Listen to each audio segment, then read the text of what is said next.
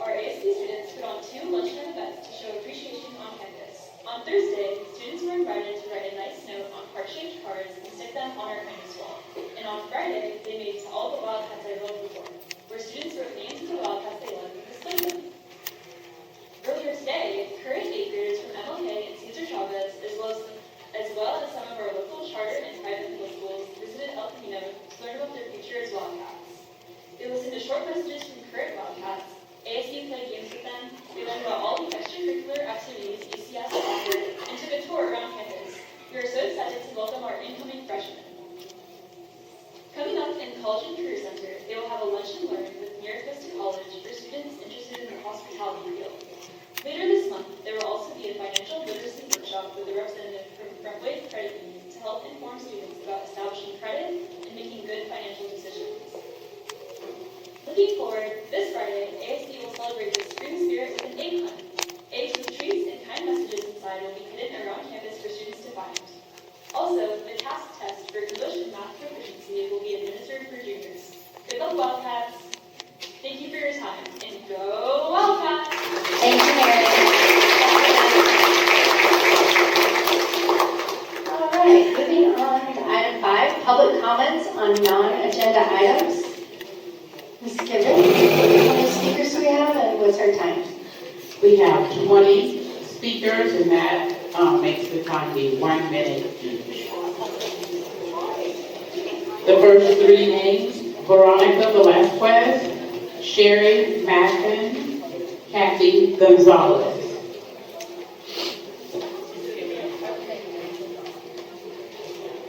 Hi, Veronica. Yeah, thanks for asking.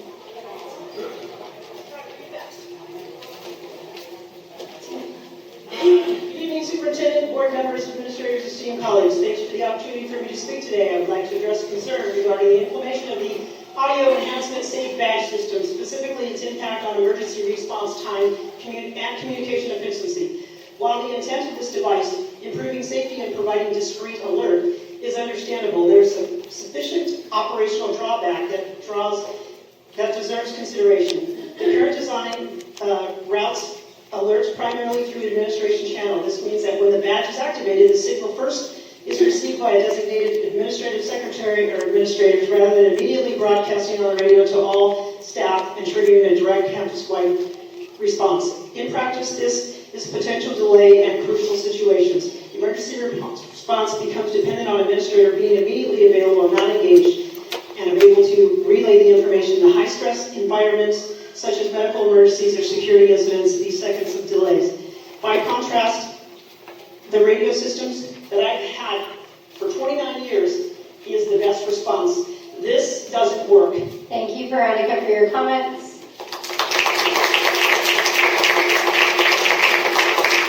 Sherry? Good afternoon. I prepared for 3 minutes, so I'm going to be a little choppy. What, I forgot to ask her when she came in, Veronica, what items will you be speaking on? I'll be speaking on. You're a non-agenda items, right? Okay, sorry. Okay. Hello, board. My name's Sherry Madden, longtime South Oceanside resident, employee, retired employee, and still a school volunteer with Oceanside Unified. I come to speak to you today because we have a problem and we need your help. I'm speaking for many people that live in South Oceanside. I heard during the presentation from Caltrans 3 weeks ago proposed changes to the I-5/78 interchange. Caltrans stated that they are looking at several options for the I-5 interchange project, one being transferring all the cut-through freeway traffic from Vista Way moved to Cassidy Street, right next to our beloved South Oceanside Elementary School. Many of us were very surprised for that option. Caltrans does have an environmental justice policy. I can't understand why they would do this to a Title I school. All those lovely kids and the great staff you have at South Oceanside being exposed to car emissions, idling next to the school. We already have problems with traffic. I did send an email letter to y'all. I don't know that you had an opportunity to read it, but I beg of you to do Thank you, so. Sherry, for your comments and sharing your concerns. Next speaker, Kathy. I'm Kathy Gonzalez. I'm speaking on behalf of the same topic. I'm a resident on the corner of Cassidy and Clementine, and I see all the traffic and all the different things that go on that street for over 30 years now. And my concern with this project is obviously the traffic, but there's a safety concern all around. The school, the traffic, we have stop sign runners that already have a problem with that. We already got the city on that. And my concern is, with all that we've got going on Cassidy already, I have a hard time getting out of my street on a normal day. Now imagine having traffic go up there, it's gonna stop buses. There's a lot of concern about the interaction of the whole entire project, as I'm concerned. So I just would like you to consider, the impact it's gonna have not only on the community, but the school and the area as a whole. Thank you. Thank you, Kathy. Next three speakers, Nicole Watson, Lori Culver, and Michael Burtonfield. Good evening, board members and families. My name is Nicole Watson, current candidate for trustee area 3 for school board. If I were on the board, I would not support the plan to move approximately 185 middle school students from North Terrace to Santa Margarita. It's currently a campus on a military base, which limits parents and emergency access. It's also a safety concern, and it's also a staffing concern. It's non-negotiable. No student should be moved without guaranteed transportation and full parent access. Base schools are already over capacity and short-staffed, and this plan increases strain instead of solving it. We need to consider the students who are already struggling, the students with special needs, the students who rely on stability, or marginalized students. I would push for a full impact review, evaluate available space, use temporary classrooms, and phase construction properly before making such an extreme decision and a dire decision that will impact many people in our community. We should be supporting staff, families, teachers, and the safety of the Thank entire you for your comments, Nicole.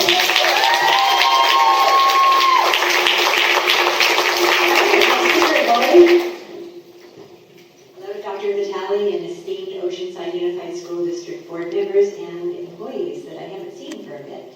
I am a retired OUSD employee. I was at the district and at El Camino High School, and I've lived in South Oceanside since, except for 20 years in there, since I was in 6th grade. The back of my house is on Cassidy Street. I'm here to say Caltrans, I was at that same meeting, and Caltrans, even making the suggestion that it should be at Cassidy is unimaginable. I've had somebody run through the back of my house, the off-ramp from Highway 5 going southbound, and took out my pool and the fence and a tree. And this was like 15 years ago, and that's before the traffic got bad. Now the traffic is horrendous. I drive Cassidy all the time. I walk my little dog down to the beach down there, and people continually, every day, go through the stop sign as if it didn't exist. And our stop sign at Kelly and Cassidy, it's horrible. Just Thanks please, for your comment. May 13th is the next meeting. Next speaker, Michael.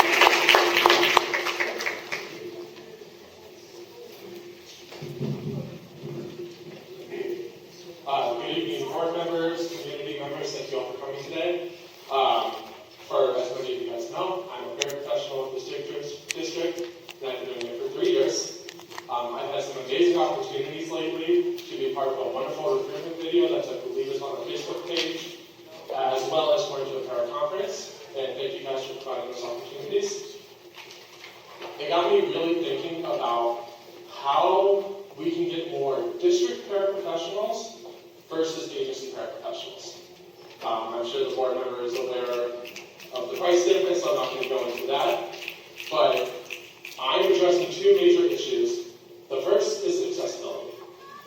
Correct me if I'm wrong, but I believe the only place to apply for a district para is on Metro. If I go onto Indeed, Monster, any of those other job hunting sites, they're going to redirect me to agency. And I'm going to be tempted to go to agency because of my second issue, which is wages, $18.92 versus $26. Thank you, Michael. Next three speakers, Cynthia Cordona, Juanito Cornoro, and Ann, I can't read your last name. Cynthia Cardona. Hi, I'm Dr. Cynthia Cardona, here speaking on behalf of Elizabeth Garcia, whose son Carlos Sebastian was bullied at two different OUSD schools. At Paul Quest, there were 7 different instances of physical hitting towards Sebastian, many of those in which the parent was not informed when the hitting of Sebastian occurred. In addition, video evidence shows that there is no supervision during recess, during which the last incident occurred. We were denied our request to challenge the suspension, but we believe that it's mom's legal right to add a letter explaining the history of bullying that occurred before the last instance in which Sebastian was suspended for finally fighting back and hitting the kids that had been bullying him for over a month and a half. Thank you, Cynthia.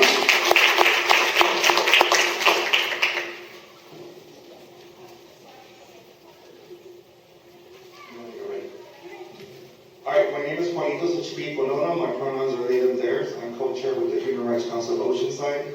I want to be students and families here in Oceanside are experiencing ongoing harm through immigration enforcement. Families are being separated and discriminated right now. Students and families are not receiving the support they need in this moment. And the district is not responding in a way that matches the reality students are living through. As a student who grew up here in Oceanside, I've experienced that and has gone through adulthood. The impact does not stay in childhood, it follows you. This has been happening here for decades. And you are hearing the same reality from families now we are working with. The district has responsibility to the students and families because it exists to serve them. There's a gap between what exists and what is actually reaching to the community. Right now, one of our families supporting does not have internet access, and the response from the Oceanside High School was saying that that's out of their scope. How is that meeting their needs? At the same time, you tell families to come to your meetings, but these spaces aren't even structured in ways that we can control narrative or talk. 1 minute is not enough. And Dr. Vitale. Thank you for your comments. And you send us an email.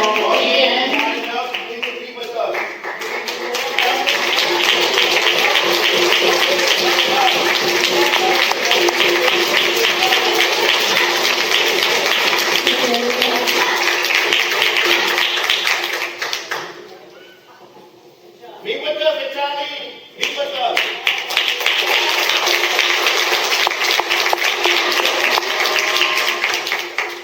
All right, Anna, are you ready? All right. Or two. You should be with You us can too. reply. I'm leaving. Can you hear me? Okay. It's our meeting, not yours. Hi, hello board members. My name is Ann Stensek. I'm the parent of 2 students at Mission Elementary and the co-treasurer of the PTO. Just before spring break, I learned that the district is constructing solar panels over our parking lot, which I 100% can get behind. I appreciate that you all respect sustainability. However, these dates are the busiest part of our school year, which includes the CAS testing. CAS testing is important to assess our students' progress.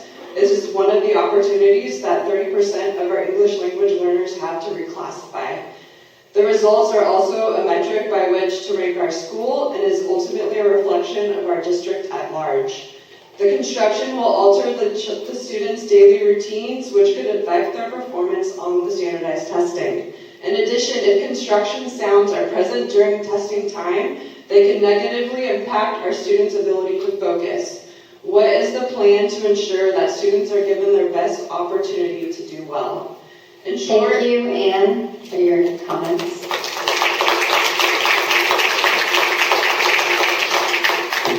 Next 3 speakers, Kevin Golden, Janice Haloka, and Elizabeth Garcia, who's a Spanish speaker and will need the help of Diane. So Kevin is first.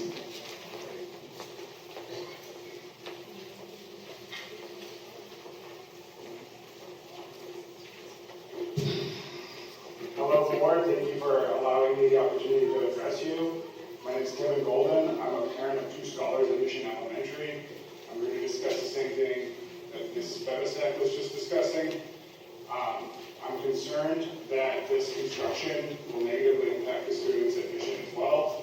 I'd like to understand if the district can still do anything to mitigate the construction noises for the students, potentially put the construction off hours, or potentially push the construction out to the summer when there are no testings and there's no need to have students go against their routines.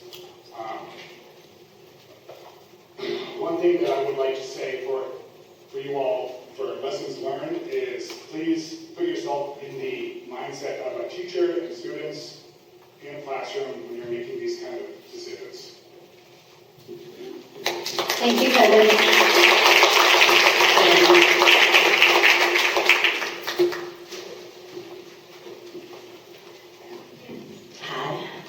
Hello. After attending numerous board meetings, I feel there's a real disconnect between what this district says about its commitment to equity and inclusion and what families are actually experiencing.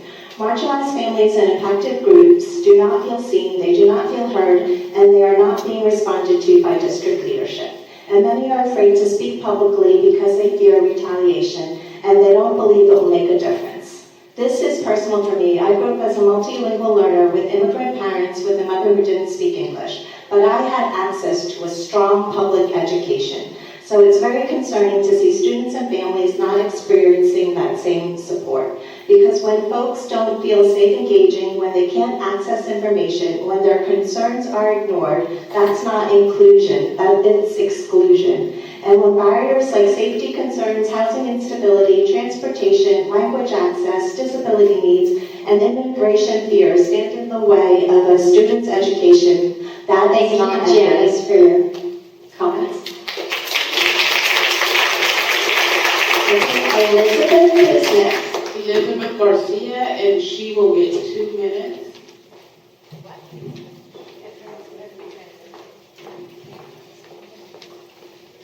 Can you wait 1 second before you start? Attention.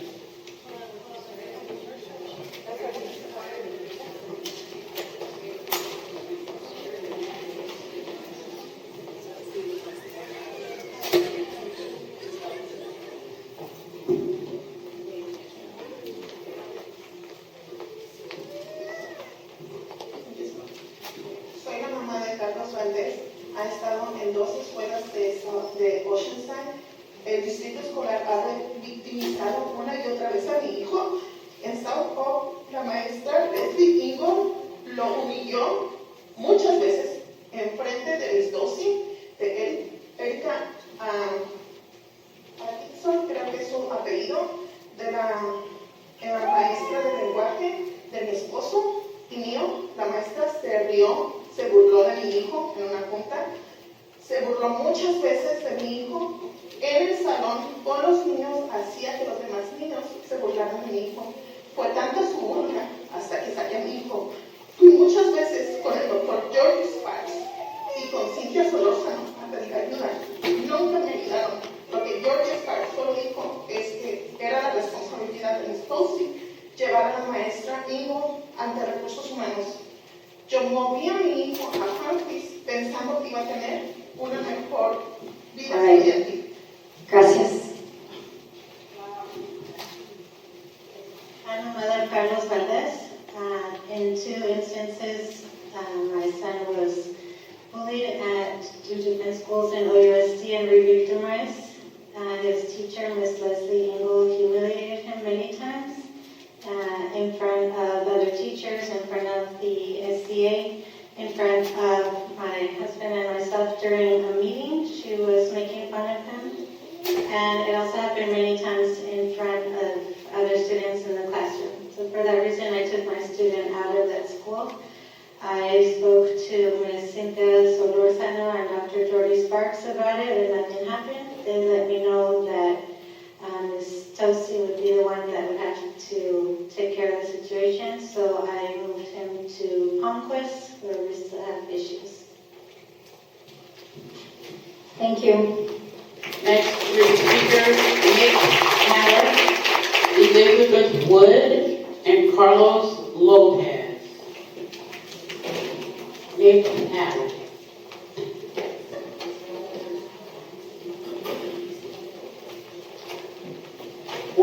ago, I was part of the group that adopted the middle school math curriculum.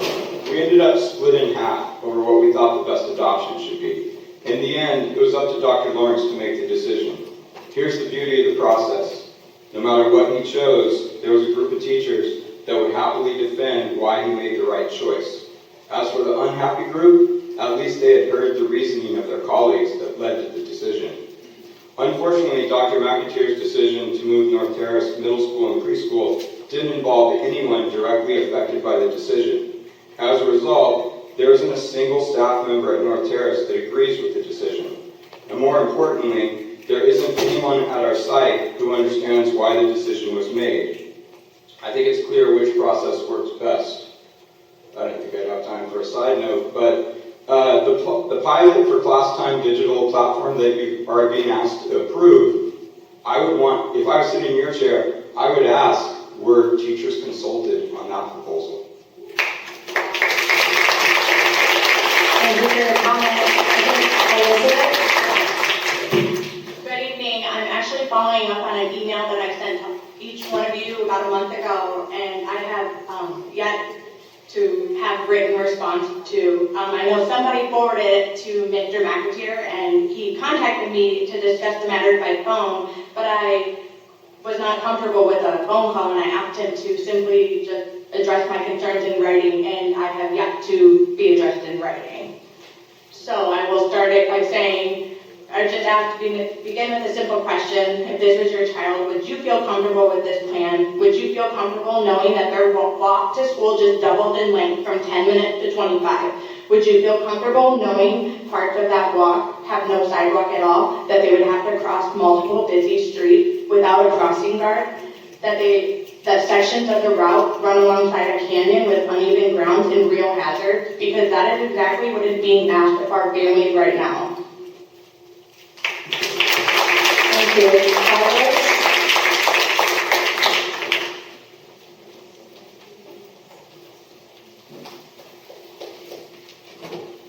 Carlos Lopez.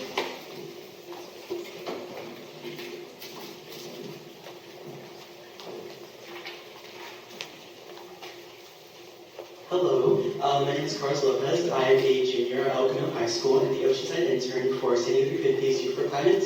Youth for Climate is the youth organizing arm of Standing Through 50, a regional advocacy organization. My internship has allowed me to engage in community organizing, policy research, and legislative outreach. I'm just here to invite you all to Tags Tomorrow, a free, youth-led, and youth-created afternoon event to prepare students in both college and career readiness. We will be hearing from ocean scientists, learning about career pathways into marine and environmental work, and connecting with organizations doing that work in your backyard.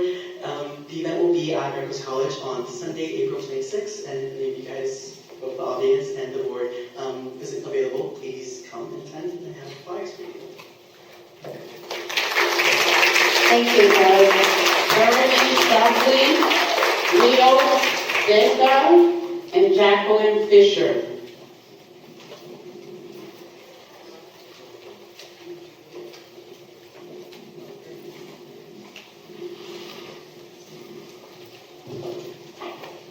You can pull the mic down so I can hear you. Good evening, members of the board. I'm here to strongly oppose the proposed relocation of our middle school students. I want to state that I am also not speaking only for myself, but other parents who are afraid to attend or speak at this meeting due to their legal status. I want to be very clear. This plan does not just create inconvenience; it creates exclusion. Some of us, including families like myself, cannot obtain access to federal military installations. We will be physically barred from our children, students who will not be able to attend open houses, school events, or even pick up our own children. This is a fundamental failure in ensuring equal access to public education. Beyond access, there are serious concerns about capacity and transparency. That matters. Trust matters. We understand that reconstruction is necessary, but the solution cannot come at the cost of equity, access, transparency, and student well-being. Thank you.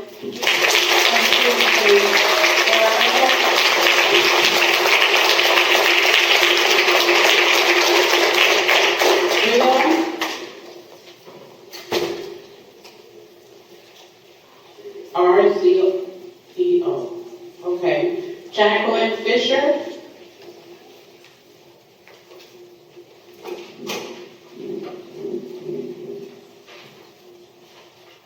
Good evening, Superintendent Vitali, and good evening, board members. My name is Jack Fisher, and I'm the parent of a student in this district. He has special needs, and I'm here to speak for the board to protect the special education rights of students.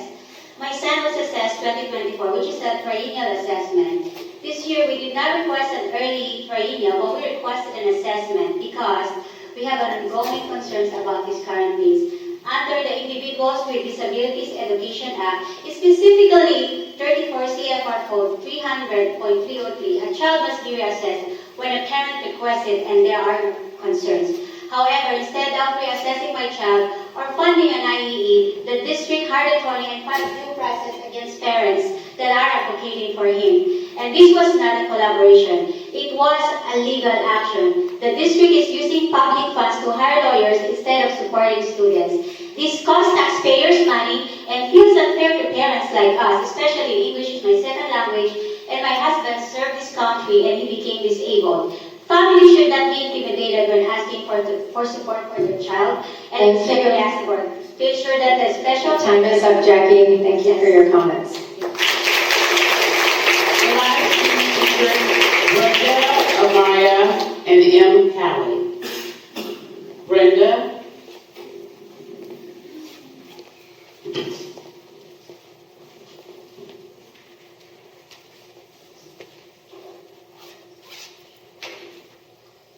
Good evening, members of the board. My name is Brenda Meyer, and I am a proud parent at Mission Elementary. I have 2 scholars there, and I am here to speak about the solar panel installation project and the alarm and safety concern it brings for our children. This project is taking place during the school year, creating avoidable risks, changes to drop-off and pickups, increased traffic and active constructions on campus are not minor inconveniences. They are real safety concerns that impacts our children, their learning environment, and our families every single day. We support progress, we support sustainability, but above all, we expect that every decision made reflects one priority, the safety and well-being of our children. Right now, that is not what it feels like. This could have been scheduled differently, and it should have been scheduled differently. Moving forward, this is not acceptable. We are asking you to plan better, communicate earlier, and most importantly, always put children and students first when making decisions that affect their daily safety and well-being. Thank you, Brenda, for your comments. Should be before our children.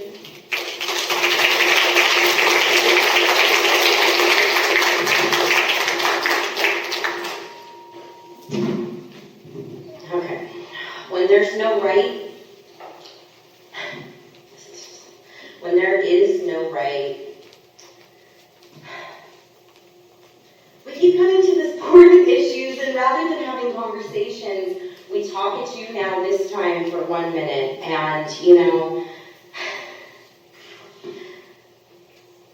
at this point, I'm not asking this board anything. I'm asking the state and public powers at be to investigate Oceanside Unified for the ongoing retaliation against OUSD families such as myself. Because other families, again, have asked me to come here and speak on issues. I don't have time for that. This district needs to be investigated. That concludes our public comment on non-agenda items. Moving on to item 6. I'll make a motion to approve the agenda. Do I have a second? Second. All right, first and second. I'll call for the vote. All in favor of approving the agenda, say aye. Aye. Motion carries. Moving on to item C, reports. I'm going to turn it over to the superintendent. Do you think you can share some information on repairs with us? Oh. After you give your report? Yeah, so you already received this information that our student from Oceanside High School, Sanaya Murphy-McDonald, was named the top winner of this year's Congressional Art Competition for California's 49th District. She received a $500 prize and a trip to Washington, D.C., and her artwork will be displayed in the U.S. Capitol for the next year, representing our region. So congratulations to Sanaya. And we also congratulate Angie Cruz, a library media technician at Stuart Mesa, who's been selected as the San Diego County Office of Education Employee of the Year. This is the second year in a row that we have had a county level winner, so we want to congratulate Angie Cruz.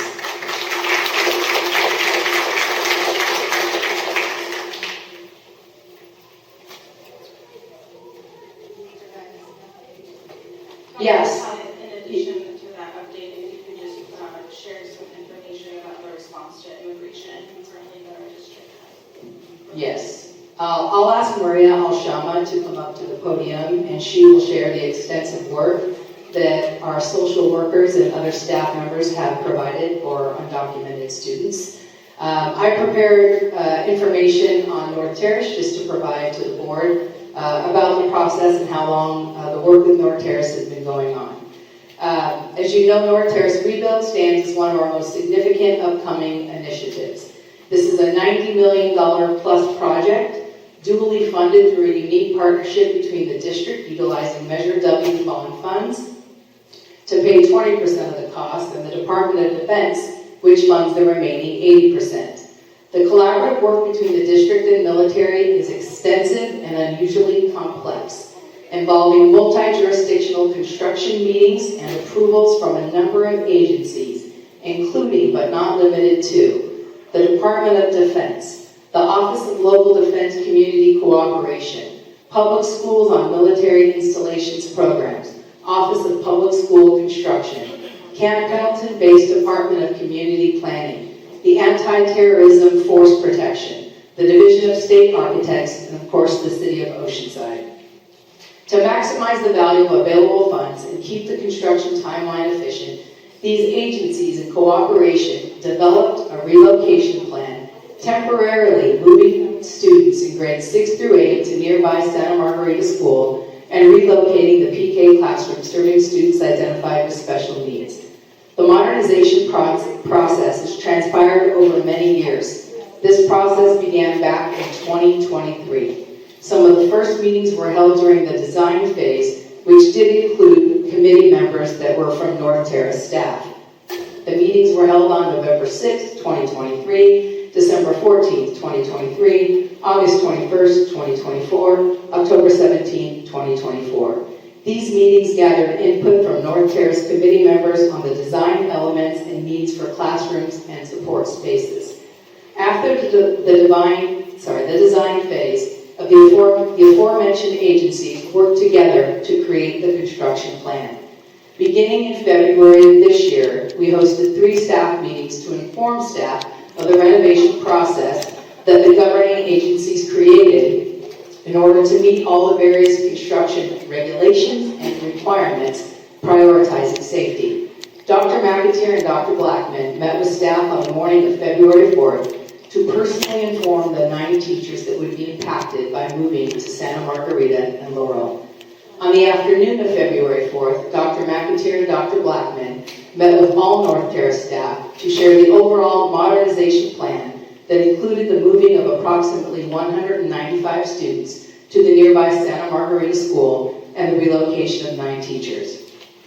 Next, Dr. McAteer, SVA architects, the construction management team, and base liaisons conducted 3 community meetings, one on the morning of February 5th and one on the evening of February 5th. On February 11th, the same team conducted a virtual meeting for the community, which was recorded and it was posted and lives on the North Terrace website. That full meeting was then condensed into a 3-minute video that was shared with the North Terrace community, and it also lives on the North Terrace website. Additionally, the team developed an FAQ for any questions received after the meetings, and that document also lives on the North Terrace website. On February 10th, Dr. McAteer and Dr. Blackman then met with the staff of Santa Margarita to share they would have an additional 7 teachers joining their middle school team, and they were excited to welcome the additional staff and the additional students. Since February 11th, the North Terrace principal has provided the opportunity on 13 different occasions for staff to share their concerns and talk through the transitions. Regarding the moving of students, out of the approximately 753 students at North Terrace, approximately 195 middle school students will be relocated, with transportation provided to the neighboring base school, Santa Margarita. Of those 195 students, approximately 45 live off base. Of those 45 students, we have had 5 students who requested to attend a middle school off base next year. Likewise, we've also had 5 off base students request to attend North Terrace. The North Terrace families, so they would have plenty of time to make an informed decision. Nobody has been denied their request, nor will they be if we receive any additional requests. While OUSD does not collect information on the immigration status of families, we are ready and able to respond to any and all parent-guardian concerns. Today, Principal Hughes has communicated there are no pending or unresolved issues. So that is the process that we have engaged in over the course of the last 3 years. And now I'll turn it over to Maria Alshama to address how we support undocumented students.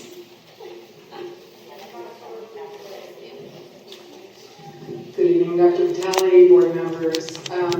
So my name is Maria Alshama. I'm the lead district social worker here in Oceanside Unified, and I'm also part of our immigration task force.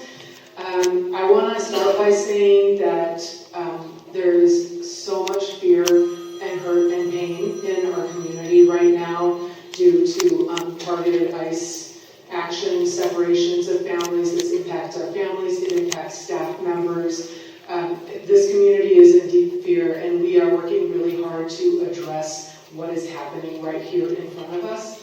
Our small team, our small task force, I'm going to be reading some notes, which is housed in DEI. It consists of Dr. Sparks, some of our social work team, as well as our lead community school coordinator.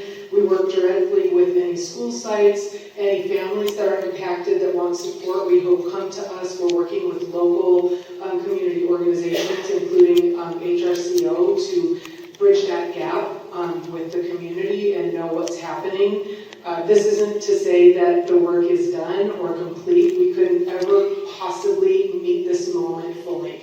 There's just no way, and that hurts my heart to express that at all. Some of the things that we are doing, and we're doing to the best of our ability, is we're providing presentations to any school sites, any staff who would like to know what to do in the event that ICE is near their school or in their own community for that matter, what their rights are and what they can be doing as community members. We've also provided Know Your Rights workshops for students if they would like those as well as Know Your Rights workshops for the larger community. We have an anonymous tip line that lives on our website, and then signage at our school sites at every school in English and in Spanish, that everybody is welcome, immigrants are welcomed in our school, and there's a QR code that goes to our webpage. Our webpage has more information about who people can contact if they need more information, if their family is being impacted or they have questions or they're fear. We are actively working based on community feedback to make our webpage better and more user-friendly and with information that our community actually would be very helpful to them. There's been targeted training specifically for front office site staff so that in the event ICE agents were to come to a front office, that staff would be very well prepared to know what to do. We have not had that happen in Oceanside Unified School District, to be clear, and I certainly hope it doesn't, but our staff are prepared, and some staff that came to the front office staff asked for additional training to actually role play what they would do. So some of us went in, we talked about what was going on, we role played with them so they felt more prepared in order to keep their student and their campus safe. Let's see. We also provide, we are a safety response team, so we are actively involved as a team in communication with the other local on-the-ground organizations that are doing patrolling, and if there is something happening that seems to be an ICE action that's near a school, we have a response team that will show up to that situation to assess what's happening and to ensure that if anything is happening near our schools, that our school administrators and Dr. Vitale are alerted immediately. That team, we are also gathering more people interested in being part of a patrol team so that we can keep families and campuses safe during school events. Our DLAC group has asked us to provide patrol for their meetings, and we started that for the first time, and we're growing that team to provide patrolling support at things like graduation, for example, we're talking about, and whole school festivals, and helping schools understand what's the safest way to get families onto school sites and not have people outside where they're more vulnerable. We have a team of bilingual office assistants and school community advisors and our school social workers who are very well able to work specifically with families and have worked with families when, for example, a parent might be abducted and now that family, that other parent who is left behind is too scared to leave their home for a very good reason. We have transported students to school. We work with families to do whatever they need. If they need food taken to their home, we will do that. We also have worked in conjunction with transformational consultants who also have been providing a lot of financial support when that need comes up.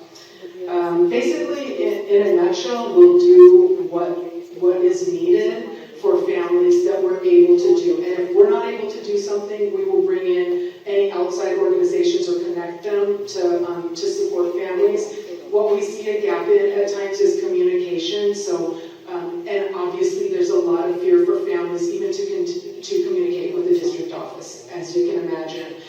So we're working very closely with the local community organizations like HRCO to say, tell us what a family is in need, connect with us, and we'll make that happen. A lot of the work we do is confidential, quite honestly, so sometimes people might think that we're not doing anything when we are doing something, but we can't tell them because it's confidential, and that's an important part of our work. We really, really value working with the on-the-ground community organizations because they are so closely tied to the folks being directly impacted. And we want to continue to strengthen those relationships, and we're just open to feedback from the community because we know that this is a moving target. And again, we would never be able to meet this moment in a way that feels like it's enough. But we're doing what we can, and we'll just continue and invite other people to join the effort. Thank you for that explanation. It's a lot more than I have involved. All right, moving on to board reports. I'm going to start with Nancy. Sorry. Hi, good afternoon. Last month I attended the North Coastal Prevention Coalition Annual Youth Mental Health Panel. So students in the substance use prevention clubs at Vista, at Oceanside, and El Camino spoke about their perspectives and experiences on mental health and the impact that current events have had and how that impacted substance use as well. And so it was really nice because the purpose of that was for adults in the community to hear from the students directly on how there's sometimes gaps in services or a hesitation to seek services, and just for a broader understanding on how we can support. I also attended the Human Rights Council of Oceanside Education Justice meeting, where we heard from community members concerns on how current immigration enforcement is affecting students and families in OUSD, and so detentions are happening in our own neighborhoods, and sometimes they're happening really close to schools. So they're really affecting our students and the fear that they have coming to school, and so some of these conditions are causing students to struggle to focus in class, even to attend school, and it's also just affecting their overall mental health. And so I think for Oceanside, I just found out that Oceanside was highlighted at the American Educational Research Association conference. There was a study conducted on San Diego County School District responses to immigration, and I was very happy to hear that Oceanside was one of 2 districts in all of San Diego that responded immediately after the president announced his horrendous immigration tactics and threats. And so Oceanside was in February of 2025. Oceanside and San Diego Unified were the only districts that responded to protect students, to have a proclamation to change. And so the work is definitely not done. We have a lot of work to do, but I'm very confident that our district is going to continue being ahead of the game and continue working with the community to ensure that our students are safe, because this is really scary. And our students are living with a lot of anxiety, and it's affecting not only their learning, but our attendance and just their overall. So thank you to our staff and on Nancy. Mike? Report to Ann. All right, thanks, Mike. Raquel?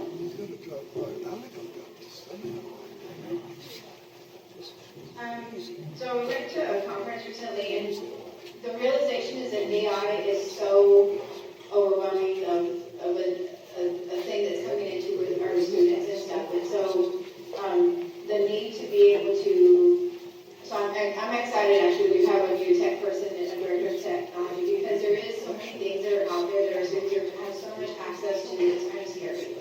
And so, but to be able to use that in our classrooms and for our teachers and staff to be able to utilize that in the best possible way so that our students can be successful with it, not only while they're in here, but once they leave here. So, so being able to have somebody in place for that is great to hear, because we need to be able to make sure that they have the right access to that. So, finding that and seeing that was just like crazy, and how we need to be able to do that. But I want to celebrate like our Skills USA kids. So when we look at our community as a whole and what goes on and how we talk about that it takes a village, it does take a village, because it's not only just our staff, it's our community, it's our students themselves that are going out there and serving their peers.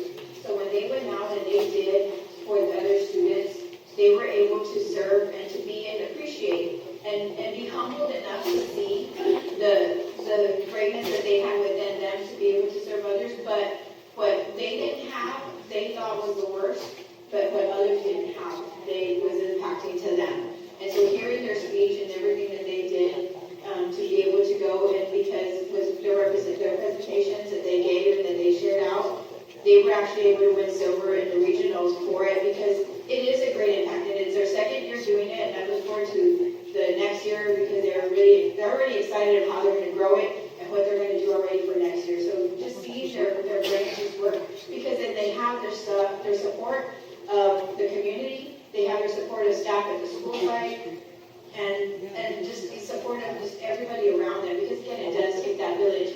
But on that village part, we talk about how everybody comes together in a particular way, and I think this touched my heart more than anything when we look at our students and how they're impacted in their daily lives and things that go on at home.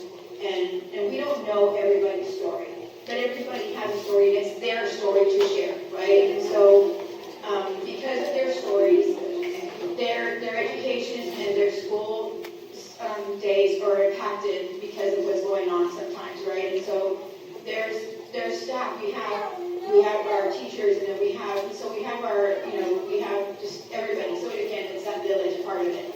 So at OHS, one of our students who was just having, normal issues, right, with life itself as a whole, found his passion and love for surfing, and his board, cracked in half, and so Mr. Ethan, who is one of our security guards on the campus, is an amazing man who just is connected, and he connects with a lot of students in different ways, right?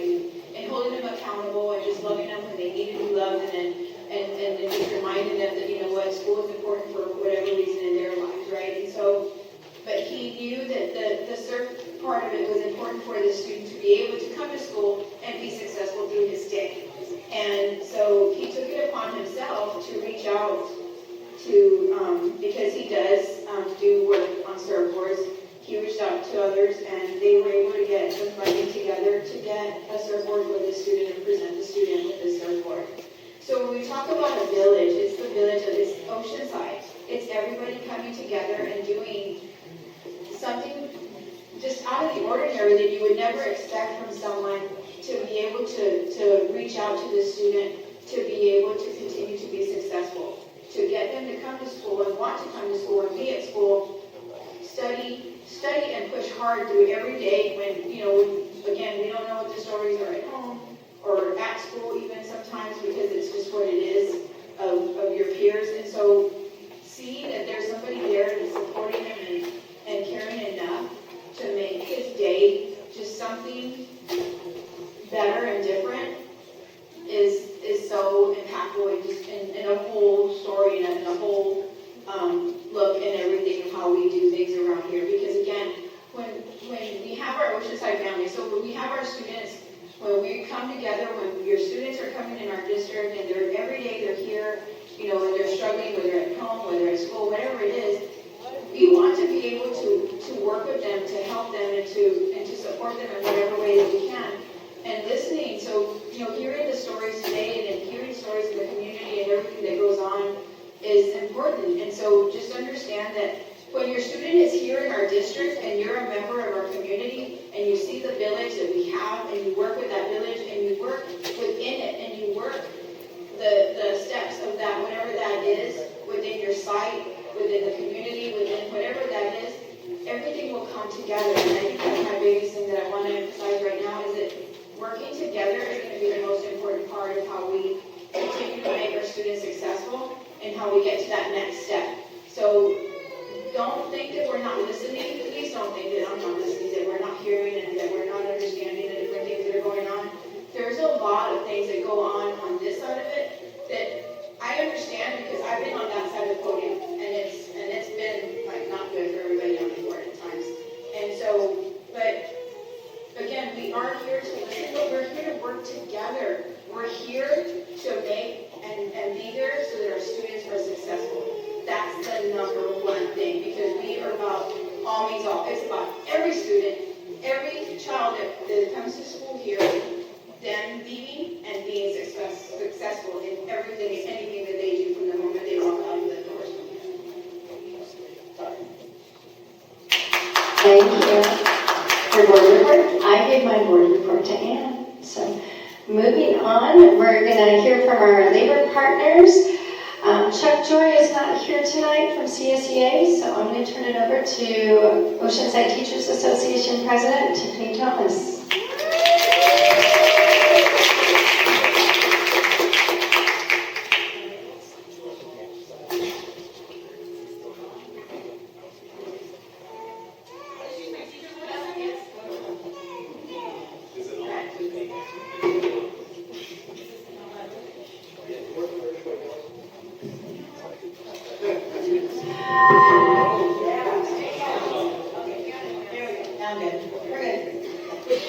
I'm Tiffany Thomas, President of the Oceanside Teachers Association, here to make a scene in front of everyone.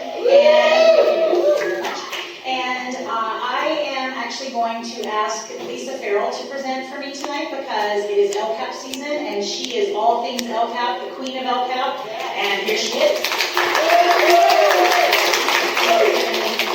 Good evening, board trustees, Superintendent Vitale, and cabinet members.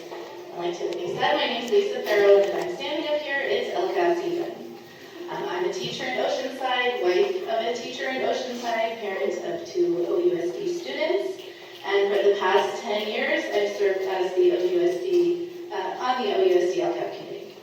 Tomorrow, the LCAP committee will meet again to evaluate programs and identify what must improve for our students so they can succeed.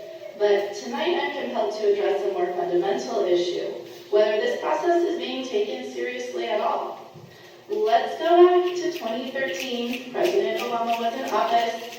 Mission was under construction, not during testing time for solar panels. My first child was about to be born. He's here today. And Governor Jerry Brown enacted the local control funding formula. The law was not just a funding shift, it was a commitment that educational partners, board members, teachers, parents, community, would give input on LCFF funds and have a real voice in shaping the district's priorities through the LCAP process. The role of the LCAP committee is not vague. We review goals, actions, and spending. We prioritize our most vulnerable students.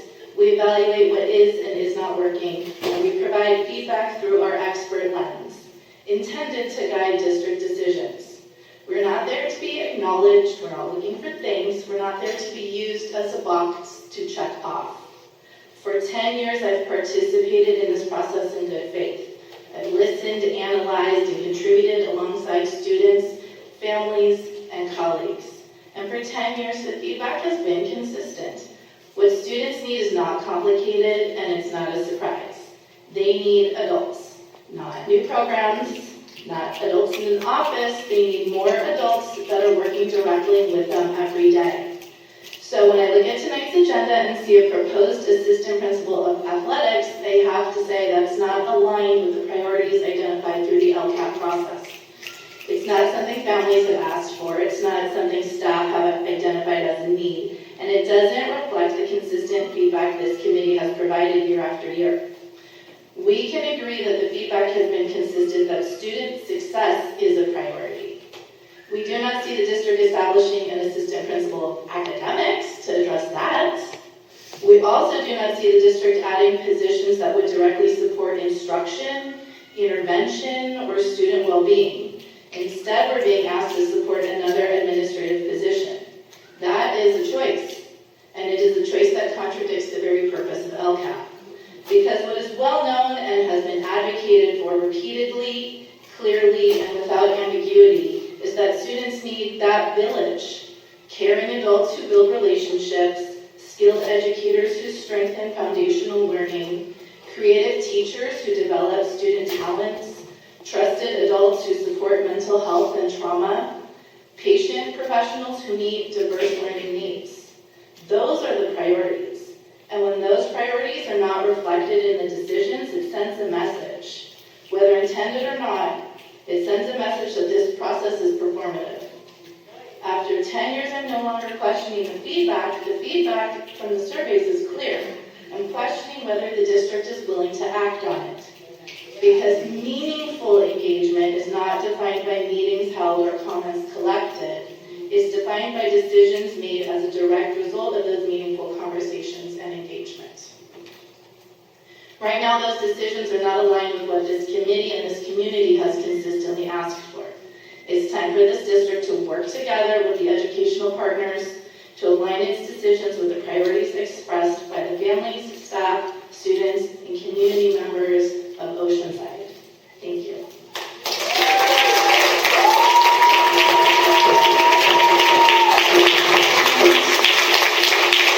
I just want to say one other thing really quickly. Last month, we lost 2 teachers from Jefferson, and I want to say may their memories be eternal, and may all who loved and knew them find comfort in those memories. I wanted to make sure that they were honored at this meeting. Thank you.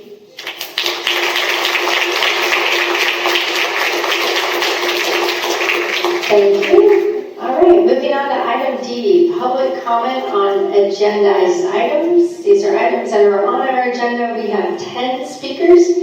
Each speaker will have 3 minutes. We have some norms up there for anybody new, now that you can't see them. But basically, be respectful, refrain from jeering or making noise. We want to make sure that we hear the people and we're not distracted by that. So if you guys can be respectful to other people up there, that would be great. So the first person is Emily Witchman, and after her will be Nicole. So, hello, Emily. I have you speaking on items F1 and I1. No, just F1. Just F1? Okay. Thank you. Okay, and there's a correction, Dr. Vitale. It's the Department of War, not the Department of Defense. F1, this looks to be a wonderful presentation. Investing our schools, facilities, projects overview. You're featuring rooms, buildings, safety measures, shade structures, playgrounds, modular buildings, all of the physical elements in the school district. But literally, and in the overview, you've missed the heart of the matter. Your lack of communication with parents and teachers, your lack of meetings with them besides a quick.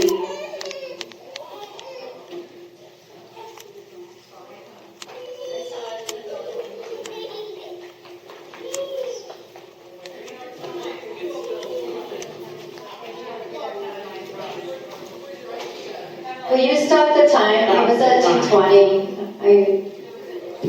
2:25. Okay. All right. Thanks, Emily. Okay. Okay, so you literally missed the heart of the matter. Your lack of communication with parents and teachers, your lack of meeting with them besides the quickly arranged Zoom meeting, your lack of respect for parents who pay your administrators hundreds of thousands of dollars. You're sticking on F1, right? Yes, This is the because I'm presentation. talking about what is not in the report, and the report of the overview of North Terrace. On that one slide, it mentions North Terrace, and that's what I'm talking about, North Terrace. Okay, and they elected Stacy, and again, this is part of the whole bond thing, and about this presentation is about the board and what you've decided. So Stacy, Mike, Eleanor, Nancy, according to the CSBA, your role and responsibility as the school board is to ensure that the school district is responsive to the values, beliefs, and priorities of the community, and that also includes the military. Okay, so again, and also the looking at the roadmap, that's not sufficient. In the last two meetings, example, is the parents and community are sick and tired of dealing with your apathy and your disrespect. Nancy Raquel, you will be held accountable for this in the upcoming election. I will be presenting facts again, the facts that... Please stay on topic. We are talking about F1. Okay, yes, we're talking about F1. And on this F1, I don't see the answers to the questions that was asked of you in the request for a presentation about North Terrace. There wasn't a presentation about the facilities, it was about the North Terrace. But since North Terrace is on the facilities, I also wanted to mention, because that was done, the professionalism of your staff is unethical, there's no integrity, and you're definitely not DEI. As a matter of fact, you're making a mockery of DEI. I've heard the outcry again about it. Well, please stay on topic. You're talking about the 8 years of impact. This is about the facilities, okay? And what you're doing with the facilities that the presentation is going to be about. I've seen the presentation. This is about it. And so I'm talking about the presentation that you'll be doing. And because of the presentation in the North Terrace that you showed, I heard the outcry from your staff, your parents, and your community. You're turning your backs on those teachers who walked for you, who wrote postcards for you, who spent their own time and money for you, supporting you. And again, are you going to turn your backs on them like you have before? So we're telling Nancy, another issue.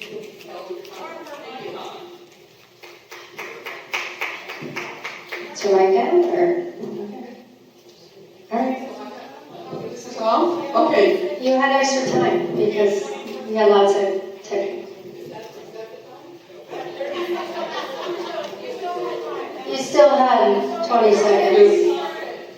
Okay, well, I think I have said it all, but I'm just really sad that you as a school board will not stand up for your teachers. I mean, they're great teachers, look at them.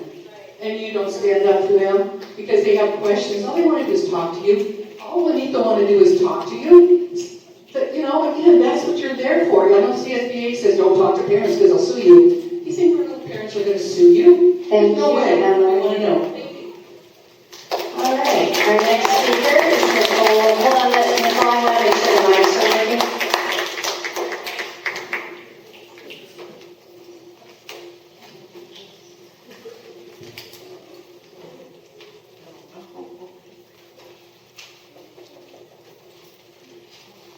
All right, Nicole, which items are you specifically addressing? Because I have all items. So my job, so this is not a public board meeting, it's a board meeting held in public. So we actually have business items, which you know about because we see you all the time, which is great. When you put all items, I don't know which topic you're addressing. So topic is the whole point of an on-agenda item. Yeah, so I'm speaking on E, 21, 22, 24, 26, F1, 8-year impact, H1, renaming of Chavez, I2, revision of freedom of speech, expression, and then 3 as well. All right, thank you for that clarification. So thank you. There are several concerns on tonight's agenda that need to be addressed. First, we're looking at a policy that has not been reviewed since 2010, now suddenly being revised in 2026. That raises an immediate question. What changed? Why hasn't the policy been clearly reviewed beforehand? And why hasn't the public been informed clearly? At the same time, the minutes from the last meeting are still not available. We need transparency. It's not an option. We need to stay informed and engaged if records are delayed or missing. Within this policy, we also see vague language around what constitutes as disruption or harmful expression. These are subjective terms that can be expanded and interpreted in different ways, especially when applied to off-campus speech. Students should not be subject to discipline based on what might happen or what is assumed could be or cause disruption. We are also seeing policies that allow for lower graduation expectations for some of our most vulnerable students. including fostering homeless youth. It's not support, it's lowering the bar instead of helping them rise to meet it. Then we have a presentation highlighting an 8-year of impact, strategic and fiscal management. But teachers are still asking for support, classrooms are still struggling, and families are still not seeing the academic outcomes they expect. There is a disconnect between what is presented and what is actually happening. On spending, we are being asked to approve over $120,000 for an additional reading program and $250,000 for a pilot program that spans nearly the entire district from elementary through high school. It's not a pilot, that's a large-scale rollout without clear, measurable proof of effectiveness. We need to ask what is working now, what is not. Where is the data showing improvement before more money is committed? Overall, we are seeing a pattern, limited transparency, increased spending, expanding control over student expression, and lowered expectations instead of real support. Our responsibility is to ensure students are set up for success academically, safely, and with full accountability to parents. Right now, the standard is not being met. Thank you. Thank you for your comments. Our next speaker is Janice Hokala, and Nick Hatter will be after her.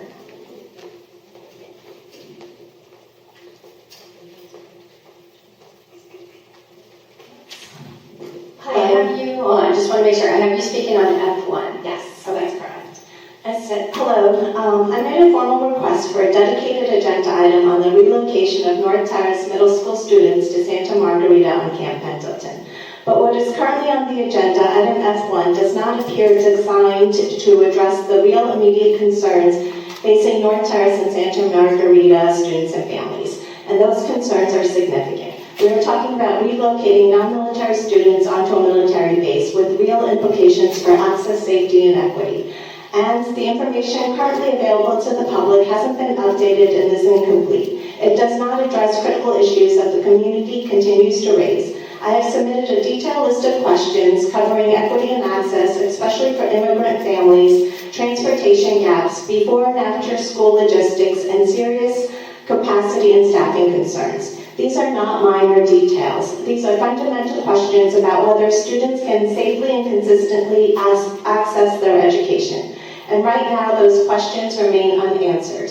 So if these questions are not addressed tonight, I am formally requesting that this board place a dedicated, forward-looking agenda item on an upcoming meeting, one that fully addresses the impacts of this relocation and allows for real public discussion. Additionally, with respect to the Pablo Talk modernization, my concern was not the decision to keep students on campus during construction, but rather the lack of adequate planning, safety measures, and communications. Students and staff were placed on an active construction site under conditions that raised serious safety concerns, including lack of consistent access to drinking water and shade at the start of the school year, a fire on campus without clearly communicated evacuation protocols, and improperly secured temporarily shade structure that caused injury to a teacher, and construction areas and vehicles operating in close proximity to students, including during pickup and drop-off times. These are not minor oversights. They reflect systemic failures in planning and implementations that directly impacted safety. So as we approach the November 2026 election, I ask you to show up differently, lead differently, because every community member matters, and if this board does not rebuild trust, this community will choose leadership that will. Thank you. Thank you for your comments. Our next speaker is Nick Hatter. Hello, Nick. I have you speaking on F1 as well. Are you going to stretch it as well? I am talking about modernization. Okay. Thank you. I don't feel the stretch. The key board members, the key question I want you to keep in mind is, should students be moved if it isn't necessary?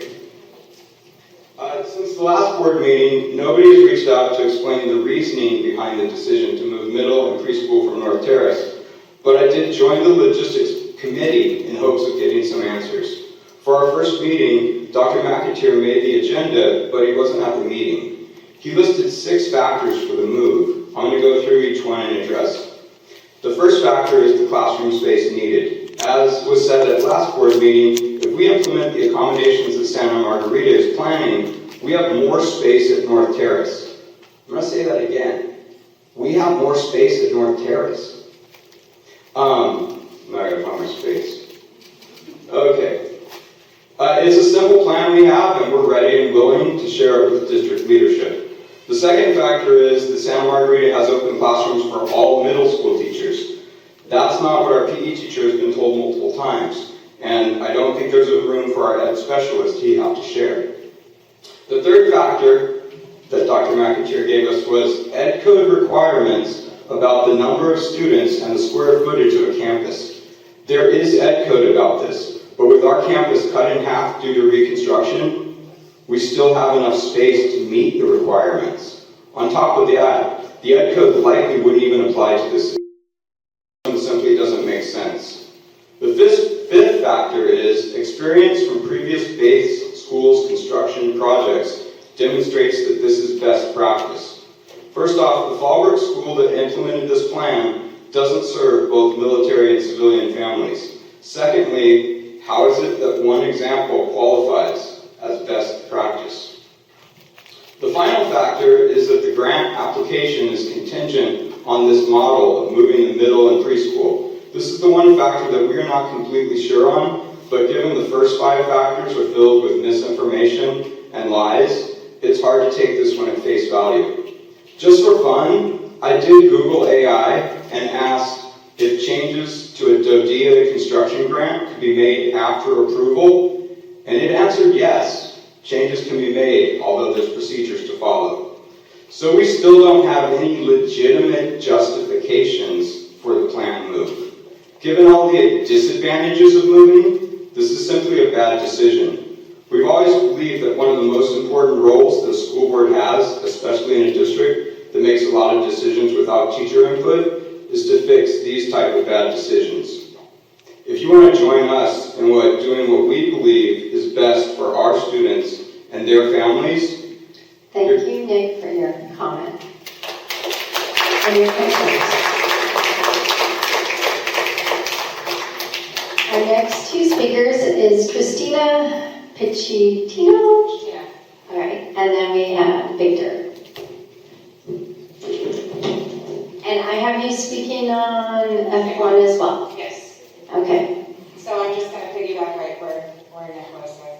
You're going to need to personally research anything the district leadership tells you, because at this point, any reason they give us for why something can or can't be done simply cannot be trusted. When most people look back at their school years, middle school is often viewed as one of the more challenging times. Imagine being ripped away from the friend group you've been part of for many years and having to start over in a new middle school. This is exactly what is going to happen to many of our students who will be unable to attend Santa Margarita. They've lost access to their neighborhood school. For many kids in the country, a change like this happens and it is unavoidable because their family simply needs to move. What's different in this situation is that this does not need to happen. Important decisions like this are best made by gathering all the information you can from as many people as you can. Our village is here, part of our village, we spoke of, and this is what's going to be helping our students, and we're here to do that. So we will help you in finding ways to improve this project proposal that you have if you need it. We wouldn't be here right now asking you if the right thing was done at the beginning. And our students and families are the ones being affected by this. Yes.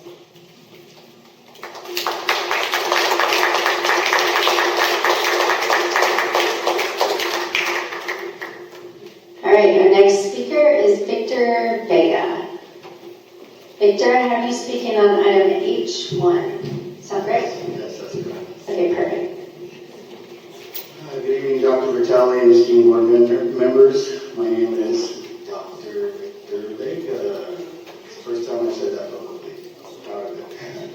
I'm a teacher and community member in this district. I want to begin by saying that I fully support the first part of this proposal directing staff to initiate a formal process to rename Cesar Chavez Middle School. However, I have a serious concern with the directive to present more than one option to the board by June 2nd, and I raise this concern not from theory but from experience. I previously served on the renaming committee for San Luis Elementary. Our committee put forward 3 names: John Lewis Elementary, the Lotus Huerta Elementary, and Eric Tubman Elementary. Here, with John Lewis receiving the most votes, Pablo Talk was also added, and that is the name the board chose. I believe Pablo Talk has historical significance, but it was a missed opportunity. This was right after the murder of George Floyd. The nation was crying out for racial justice. The Black Lives Matter movement was a defining moment. And instead of choosing John Lewis Elementary or Harriet Tubman or another public-facing scholar, a name that would have said to every Black student, we see you, we honor you, the board chose a safer local figure. That decision did not match the urgency of that moment, and I'm afraid we're about to repeat that same mistake. With all due respect, if the board receives 3 or 4 options, history tells me that they may not pick the name that best reflects the spirit of today's struggle for equity and social justice. They may pick the name that feels safest, most local, or at least controversial. Perhaps appropriate for a charter school, but we're public schools. Cesar Chavez Middle School sits in a community where migrant rights, workers' rights, and labor rights are not abstract ideas, they're lived realities. The new name should reflect that. It should honor leaders like John Lewis, or a public scholar whose work embodies justice, or the farm worker movement itself. Oceanside Unified has said it's committed to equity, inclusion, and social justice. This is our chance to prove it. I urge you to change the language in the recommendation from direct staff to provide options to direct staff to bring back one name, not multiple options. One that emerges from a transparent, community-driven process guided by clear equity and educative criteria. Do not give us, our community, the board, the luxury of choosing the least controversial name. Give the students, give the community, give the parents, give the teachers the right name, a name that gives them the courage to continue to move on and makes us make a decision. Yes. Thank you. Thank you, speaker. Our next speaker is Lydia Mesa. And Maria Alshama is after her. Before you start my time, I did know to email with the district, but in the Wednesday weekly, we noticed, our staff noticed that the month of the military child had not been included in our month-long celebration, so it'd be a really great thing to honor our community. I haven't started yet. I know she hasn't started, but it sounds like, but I have you speaking on item F1. That's correct. Okay, and that is noted for Wednesday weekly.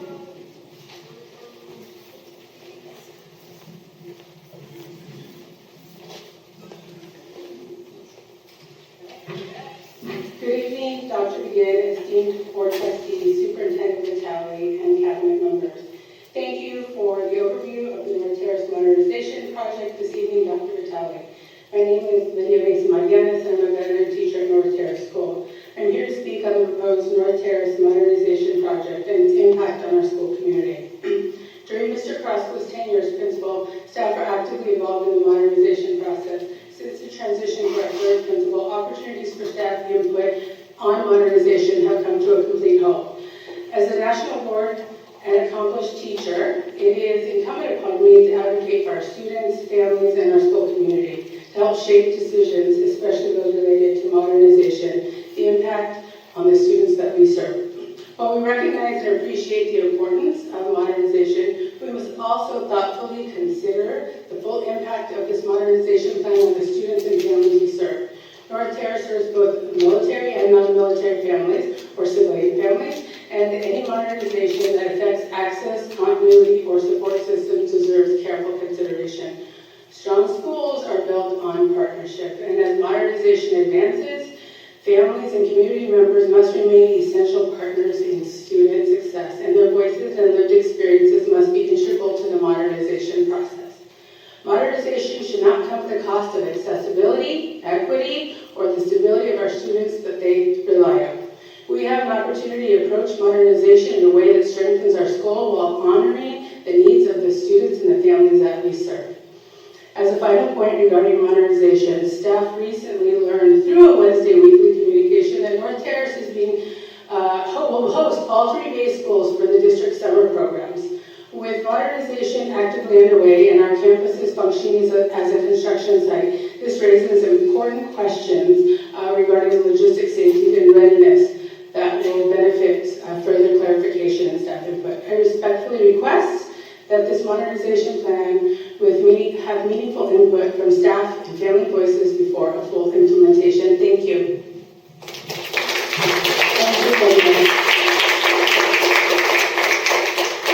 Next speaker is Maria Alshava.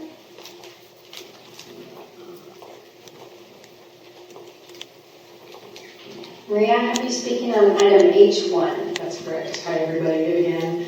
Really simply, I wholeheartedly appreciate the name change for the school.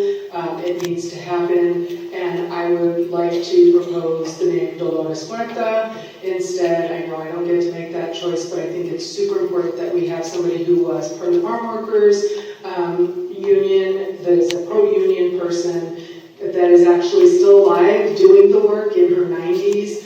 I think that would be a great move. Thank you. Thank you for your comment.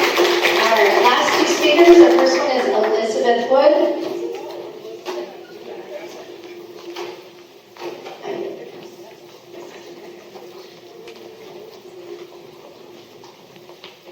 Hi, Elizabeth. I have you speaking on F1. Yeah, the moderate, oh my God, I can't think of it. The moderation in North Carolina. Okay, perfect. So I'm going to talk about some of the questions and concerns I have as a parent of students at the school currently. So first thing I'm going to say is the proximity and accessibility remains an issue.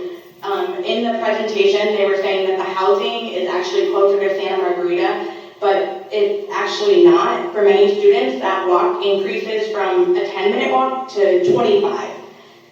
So this added distance raises concerns about safety and daily feasibility. Second, the accessibility. While bus transportation is being offered, it requires students to travel to another campus out of their way, and the buses aren't scheduled to leave North Terrace until 8 o'clock. So how will students who rely on school breakfast be accommodated under this? For many families, this adds time and complexity to their daily lives, not convenience. Given the transient nature of military housing in our community, will incoming families be given the option to keep their children together at one campus if they have both elementary and middle school students? Third, the planning and transparency. There appear to be unused alternatives such as available classrooms and flexible space that have not been fully considered before displacing an entire middle school program. The capacity. Santa Margarita already faces challenges, particularly in special education services and staffing. How will the school absorb additional students without further impacting those who already struggle to receive consistent support and services? Finally, the infrastructure. Traffic flow, parking, and shared spaces like lunch areas are already limited. Adding more students without clear plans for expansion creates avoidable risk and strain. Student safety along the route to Santa Margarita is one of the most urgent issues. Portions of the route lack sidewalks entirely, requiring students to walk alongside the roadways. Existing sidewalks are damaged in places, there's no crossing guards, and students must cross multiple busy streets, some having to cross a busy street more than 3 times. Additionally, part of the route run alongside a canyon with uneven terrain and wildlife presence such as rattlesnakes and coyotes. This raises an important question. Who is responsible for the student safety between home and school? If a child is injured due to unsafe walking conditions, a bicycle accident, or other hazard, what liability does the district assume? This concern is not a hypothetical. Just yesterday, a child was struck by a car riding their bike to school. I urge the board to pause, provide clear written responses, and reevaluate this plan with student safety and accessibility and transparency as top priority. I also invite you to walk the route yourself and see firsthand what our children will face each day. Thank you for your comment. Ms. Strange is next. Frank? We could not reach her first name. There's no first name. Trying? Oh, okay. Sorry, there's no me on that.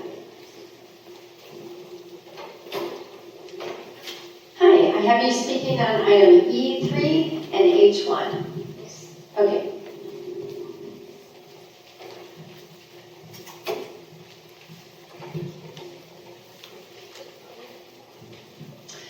Excessive spending.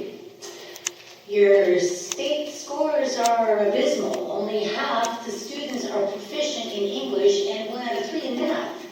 Where is the academic support or money for teachers, training, students, and parents to make Oceanside kids more proficient? Instead of focusing on academic excellence for Oceanside's military kids and training for teachers, you're selling off schools while planning an absurd $100 million build, Superintendent Vitale. Taxpayers are asking, where's all this money and these overruns? Where is it going? Your pockets? Hope not. We know that Eleanor Evans and Michael Blessing were already caught illegally using taxpayer funds according to the FPPC's investigation. Trustees Stacy McGann, Raquel Alvarez, and Nancy Lacona have a history of disrespecting parents and community members who speak out. This board deserves, I won't say it, yeah I will, a cell with 3 hots and a cot, especially if you run again. And I'll tell you, as chair of Taxpayers Oversight for Parents and Students, we demand 3 things to refocus on academic excellence, student success, and financial transparency and accountability. 1, do not shut down North Terrace. It disrupts Santa Margarita and North Terrace schools. Obviously, that's not a very popular option. 2, cancel or reduce the $100 million Taj Mahal build and voters run for school board. Obviously, these people are not taking care of our taxpayer dollars as well as they should.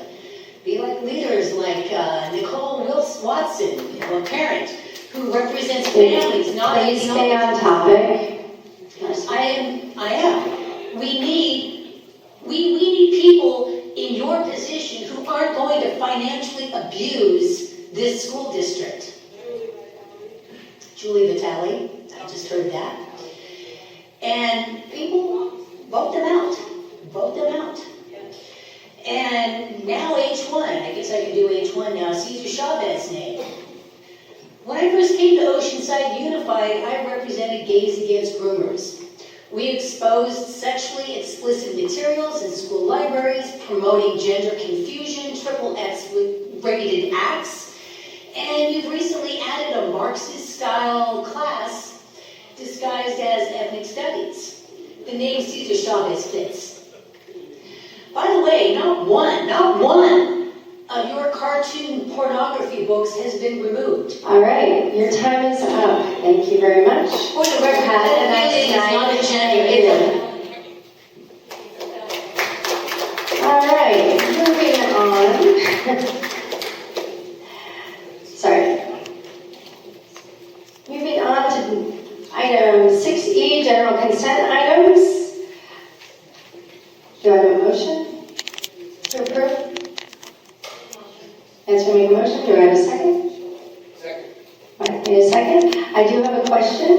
I was wanting to have some more clarification on the pilot of the class time. If you would, that's number 24, item number 24. I had a question. I just want to hear a little bit more about it. Absolutely, thank you, Dr. McGinn. Class time is a professional development opportunity for our school district, and it is a way for us specifically to think more about the challenges that our students are having around accessing specifically mathematics as it's assessed on the California Standards Test, so our state testing. We know that that is a very complex test for students to take, and so what we have found is this group has analyzed all the items for both the depth and complexity, sort of like what we learned about from GATE, to help us to better teach how to address this kind of question. So this is a limited section, it would be working with, let's say, one grade level or one department per school, and there would be a full day of professional learning, and then a follow-up professional learning. And so some of the funds of that money that was noted would be paid to have substitute release time so that the teachers could participate in this professional learning during their contracted time. And how are the teachers or grade levels being selected? So we presented to the principals, and we asked the principals to go back to their sites and talk with them.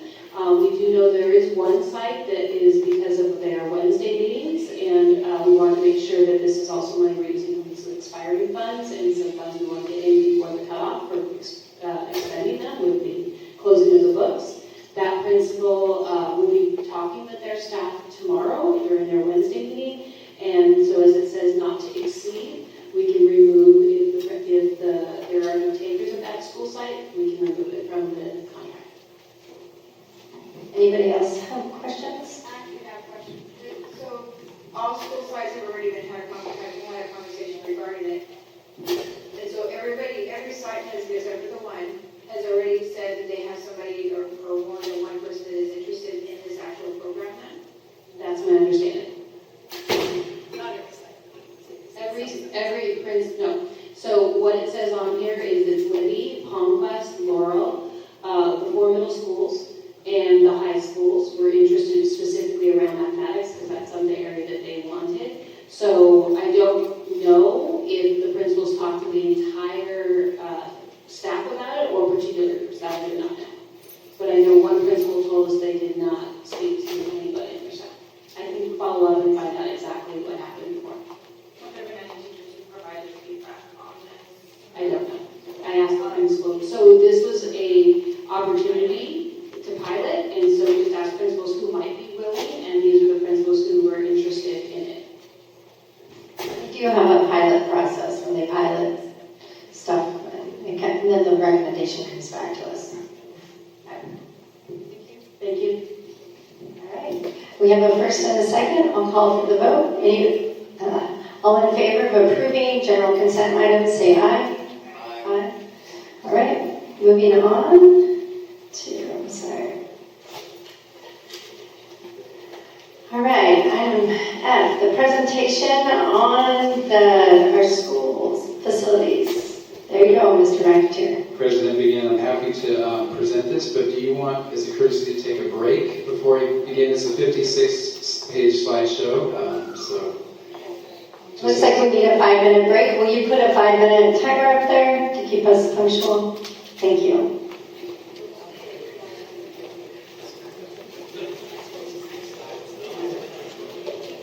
Lost the button. Thank you, Ray.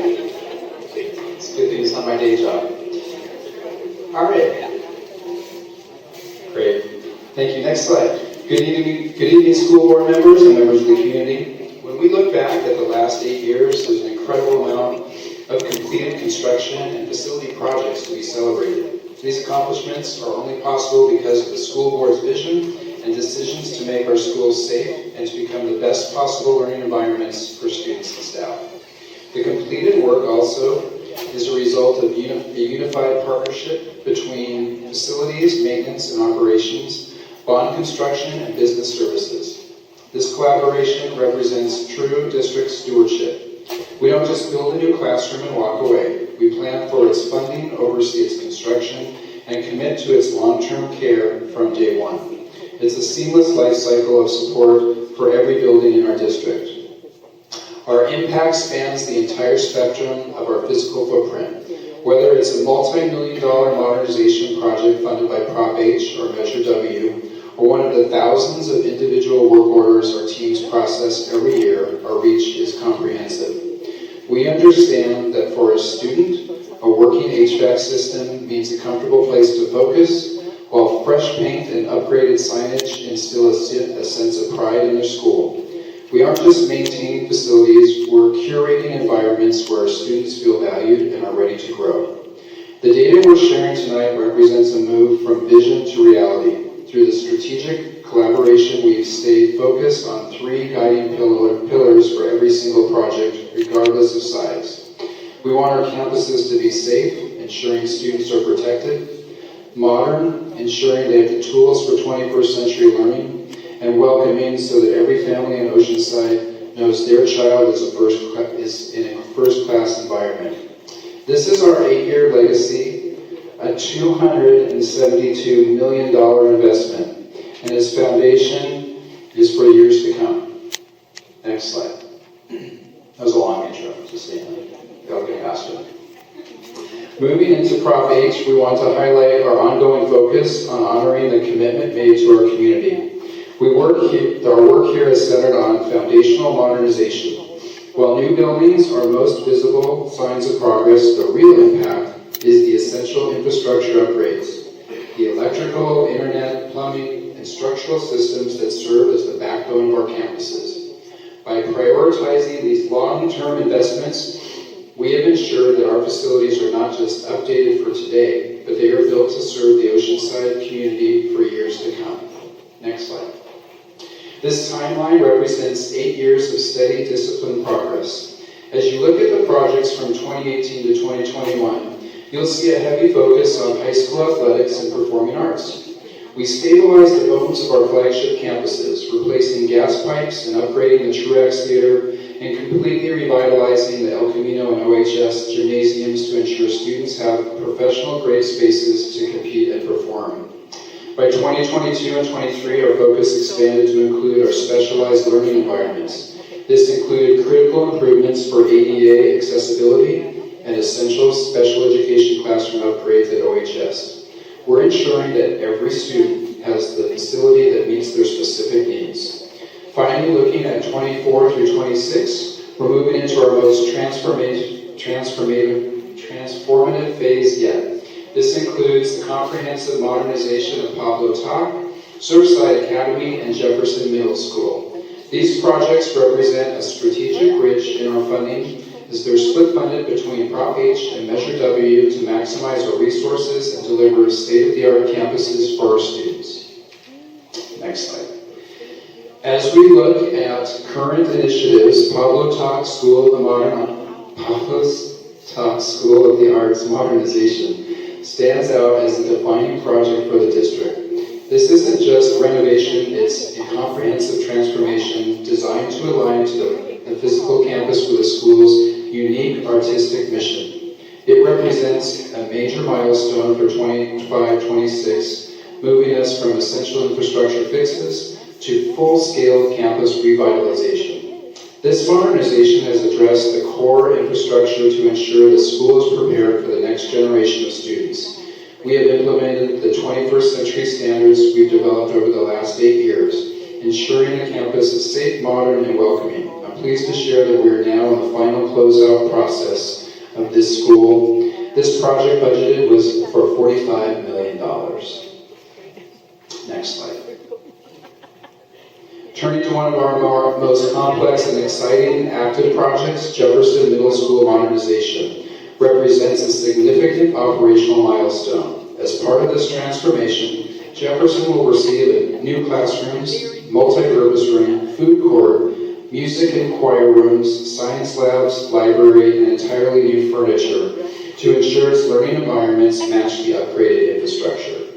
This modernization creates a cohesive professional environment specifically tailored to support the diverse needs of a 21st century middle school curriculum. This project is budgeted at $47 million, 17 of which comes from Proposition H, and $30 million from Measure W. Next slide. Universal access projects represent millions of dollars in targeted improvements throughout the district. By investing in these specific locations, we're ensuring the programs that operate to support students with special needs provide the highest standards of safety, modern infrastructure, and universal accessibility. Next slide. Playground modernization was a massive multi-site modernization effort totaling $3.5 million. We've overhauled the playgrounds at all the elementary and K-8 campuses. By strategically combining Measure W bond funds with federal ESSER $3, we were able to address a significant backlog of deferred maintenance. This allowed us to replace aging, outdated play structures with state-of-the-art equipment that meets the highest safety and accessibility standards. This initiative ensures that no matter which neighborhood students live in, they have access to top-tier play environments. All OUSD sites now feature modern, inclusive equipment designed to support both physical development and social-emotional learning. This wasn't just a simple replacement, it was a district-wide commitment to upgrade our outdoor learning spaces, ensuring they are safe, durable, and fully compliant with modern ADA regulations. Next slide. This is a $750,000 project focused on critical climate and light controls at Oceanside High School.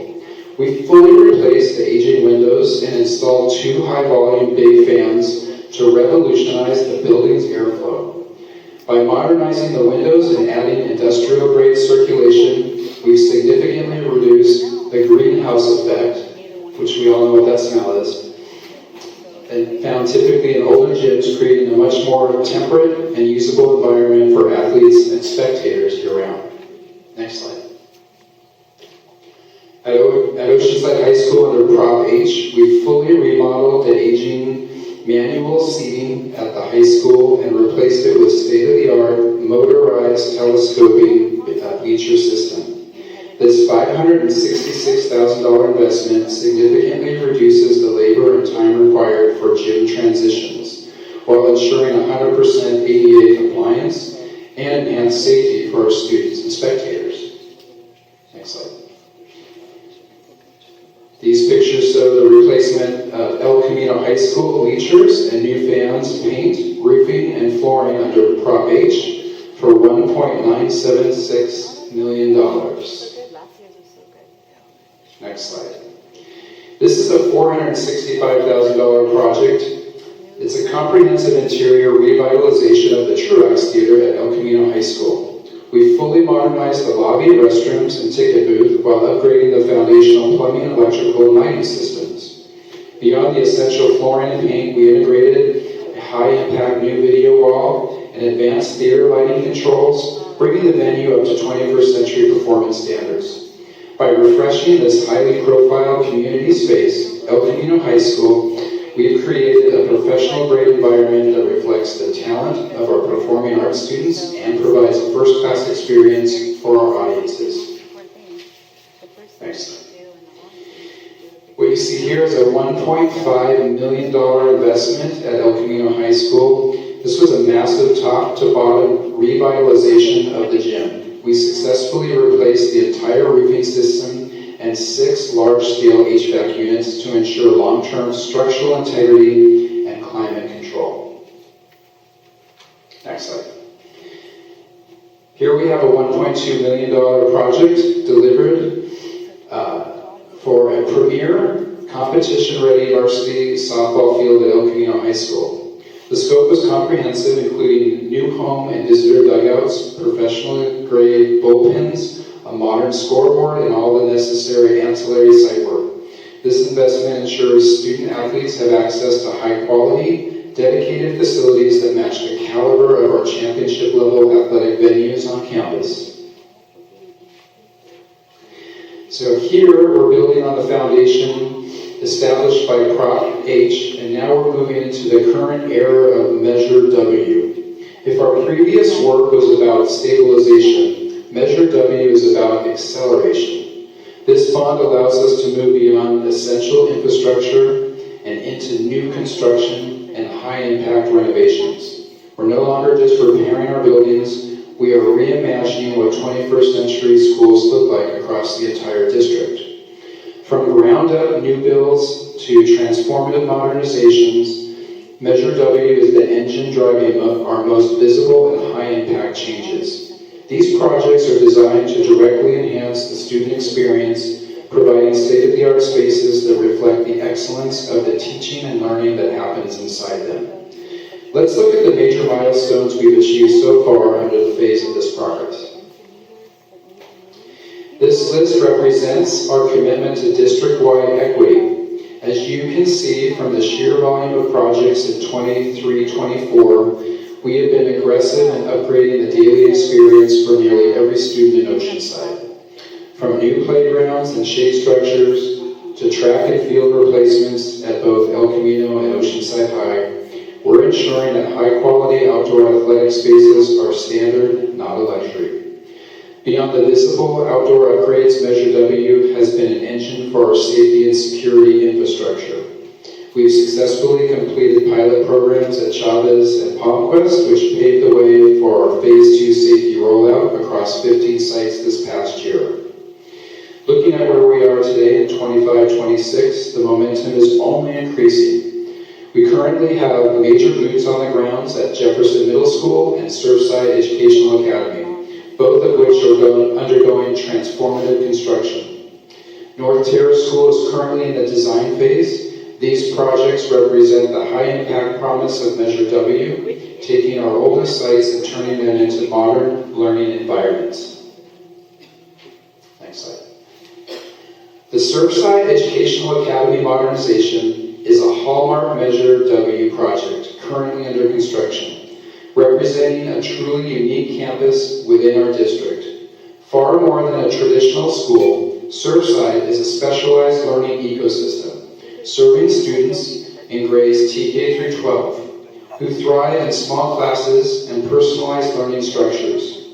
Whether students seek a close-knit, supportive staff or greater autonomy in their education, Surfside is purpose-built to meet those needs. This modernization is specifically tailored to support a diverse array of programs, including our distance and blended learning models, where independence is key. We're also excited to announce that the adult transition program will be relocated to Surfside, providing these students with a modernized, dedicated space designed for their specific developmental and educational goals. Project budget for this, $46,750,000. North Terrace is a TKA school located on Camp Pendleton and plays a vital role in our district, serving both Marine and civilian families living on base.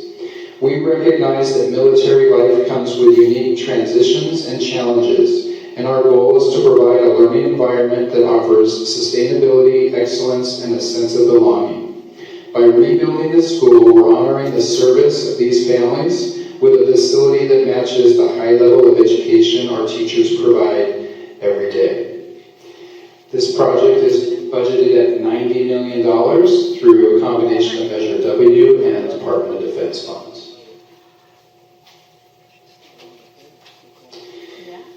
El Camino and Oceanside High School tracks. This first slide illustrates the before state of the athletic facilities at El Camino High School. As you can see from these images, the track and field surfaces had become badly worn, delaminated, and reached the end of their functional lifespan. At this stage, the aging infrastructure wasn't just an aesthetic issue, it was a performance and safety concern for our student athletes.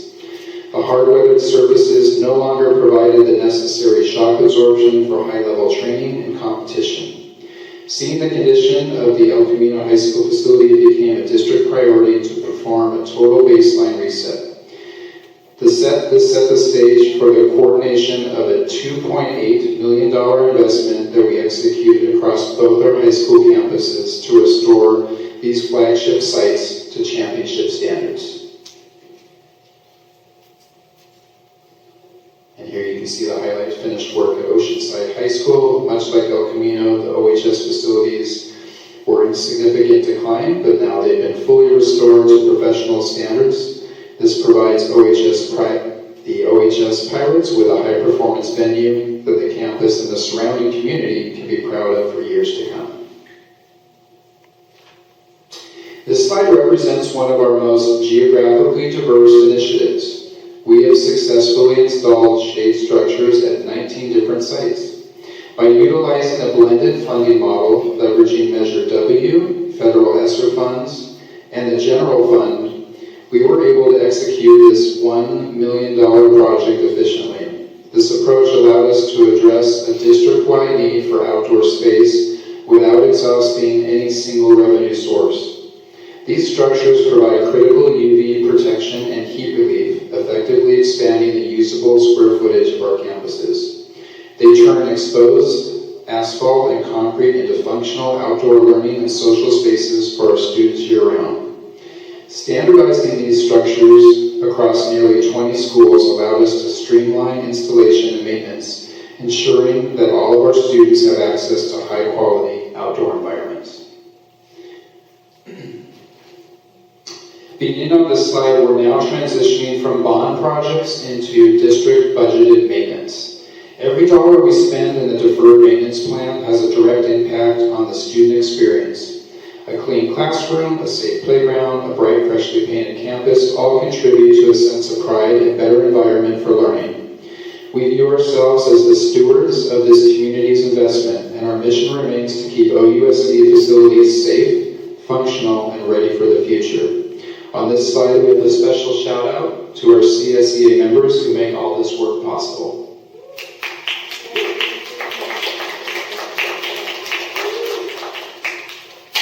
On the next slide, we're moving on to providing a comprehensive update on the maintenance and operations deferred maintenance plan. This is a critical component of our broader OUSD facilities update, focusing on how we protect our district's physical assets and ensure that our students and staff have the high-quality learning environments they deserve. When we look at the big picture, the volume of work managed by our M&O team is staggering. Over the timeline captured in the past 8 years, we've programmed over 15.8 million in targeted improvements.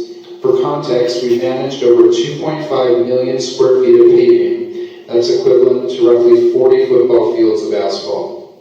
We're also prioritizing roofing with over 4 million dedicated to ensuring our buildings remain watertight, which is the single most important factor in preventing expensive structural damage. Next slide. Success in facilities management is built on consistency. Over the last 5 years, we've touched every corner of the district.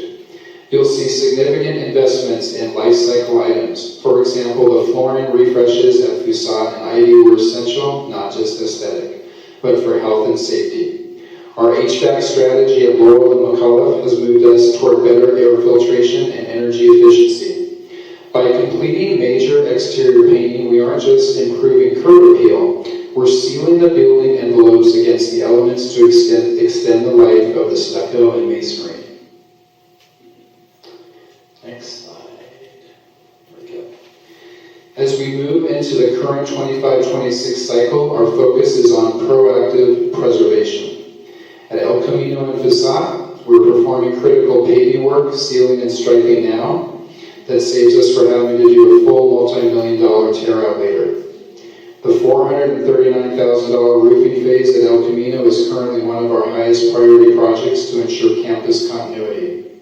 We also maintain a dedicated budget for the unforeseen essentials, like tree trimming for safety and playground surfacing to ensure outdoor spaces meet all modern compliance and safety standards.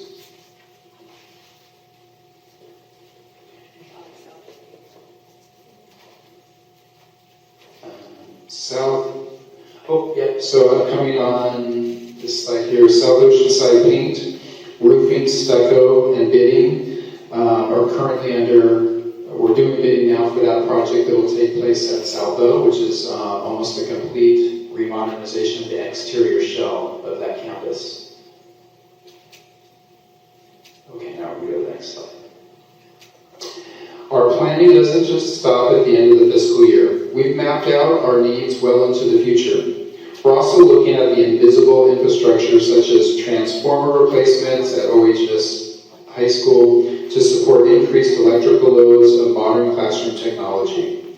The goal of this long-term roadmap is to move OUSD from a reactive maintenance model to a predictive one, where we replace assets at the end of their useful life rather than after they fail. Next slide. While our bond projects focus on large-scale construction, our M&O team focuses on existing buildings. This year, we have hit several major milestones that directly impact the daily environment for our students and staff. Our top priority has been air quality and efficiency. We've upgraded over 15 HVAC systems and chillers at El Camino High School, OHS, King, and Santa Margarita. These high-efficiency units don't just provide a comfortable temperature, they ensure superior air filtration and long-term energy savings for the district. We've spent $1.5 million to date. A significant note is that the district has invested a great deal of time and money towards HVAC in an effort to move from being reactive to proactive with maintenance and servicing equipment.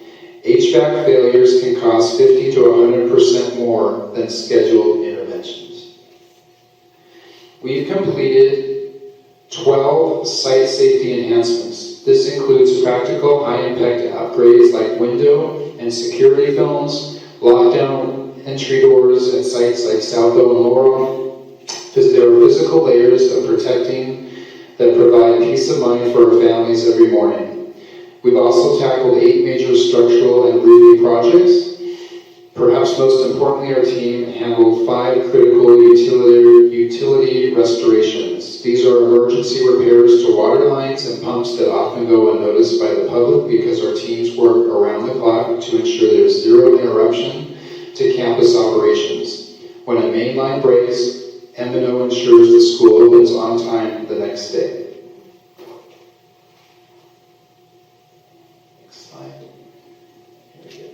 While M&O handles the buildings, our grounds department handles the greenscape of our district. They're responsible for the first impressions a family gets when they pull up to school.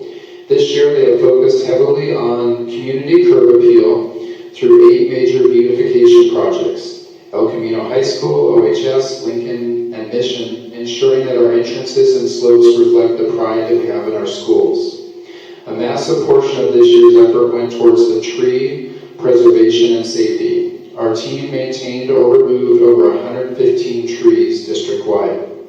This includes a specialized effort to trim 65 palms at El Camino and emergency removal of hazardous trees across the district to prevent property damage and ensure student safety during storm seasons.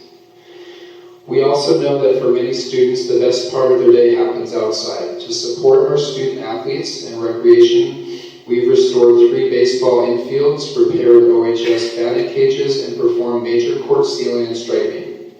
Safety on the playground is also a non-negotiable. We've deployed over 5 tons of engineered wood fiber or safety bark to our playgrounds to ensure they're meeting all ADA accessibility and fall protection standards. This is paired with our commitment to 100% integrity of having repaired service fencing at 4 sites to maintain a closed campus safety model. Next slide. This slide covers our rigorous safety compliance and inspections framework that ensures our schools are not just open, but fully operational and safe for every occupant. We manage a complex web of local, state, and federal mandates that never stop, even when school is out of session. On an annual basis, we coordinate with the fire department to inspect every fire alarm, sprinkler, hydrant, and kitchen fire hood in the district. This isn't just a checkbox exercise. This is a high-stakes certification process. When a student pulls a fire alarm or a sensor detects smokes, these systems must work perfectly. Our teams ensure they do. We also manage the structural safety of our most important high-traffic areas. This includes annual inspections of our gymnasiums, bleachers, and elevators.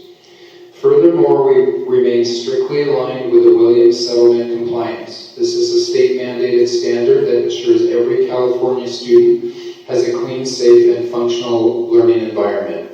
Whether it's testing the backflow preventers to protect our water supply, or certifying our wheelchair lifts, or removing barriers to learning before they become an issue. Beyond the annual work, we manage multi-year cycles that require specialized expertise. This includes our 3-year AHERA asbestos inspections and our 5-year comprehensive fire-rise certifications. These are deep dive technical audits that ensure our oldest buildings meet the same safety standards as our newest ones. The bottom line is this: our team manages over 12 district, federal, and state and local compliance cycles simultaneously. This ensures 100% campus safety with total alignment with state regulations. We are the stewards of the district's viability and, more importantly, the guardians of our students' physical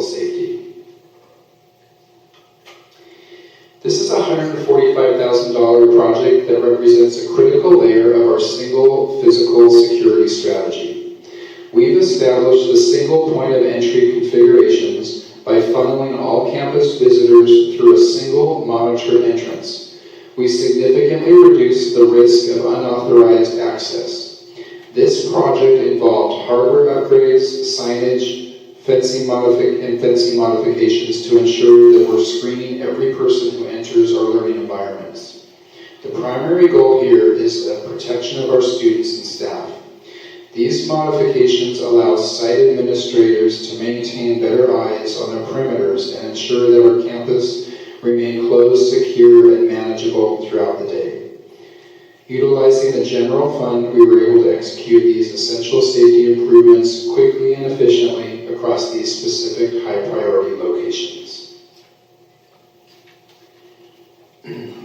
The $5.7 million investment is a primary example of Measure W bond funds at work. By utilizing these voter-approved funds, we're fulfilling our promise to prioritize the physical safety of our students and the modernization of our campuses. Since the board approval in September of 23, this project has been a cornerstone of our facility master plan. This wasn't a project we rushed into. We took a measured approach by piloting this security technology at Palmquest Elementary and Chavez Middle School. The success of those pilots proved the proof of concept needed to scale this effectively to all the remaining school sites district-wide. By partnering with audio enhancement, we are building a single cohesive network that standardizes access control and ensures every campus from elementary to high school operates under the same high-tiered security protocol. The heart of this system is the Safe Badge. This is a wearable device for our staff that brings a new level of responsiveness to our schools. It provides an alert location on the digital school map the moment an emergency is triggered. This represents a significant leap forward in providing the safety and peace of mind that our families expect and deserve. This is a $5.6 million investment. The $848,000 initiative represents a comprehensive security overhaul across our entire district. We've successfully implemented full exterior surveillance coverage at all 22 school sites, ensuring perimeter defenses. We partnered with Verkada Video Surveillance.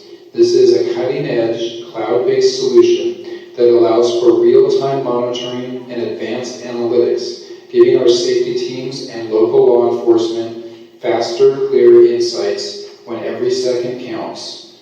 By blending general fund and ESSER dollars, we were able to prioritize student safety without compromising our instructional budgets.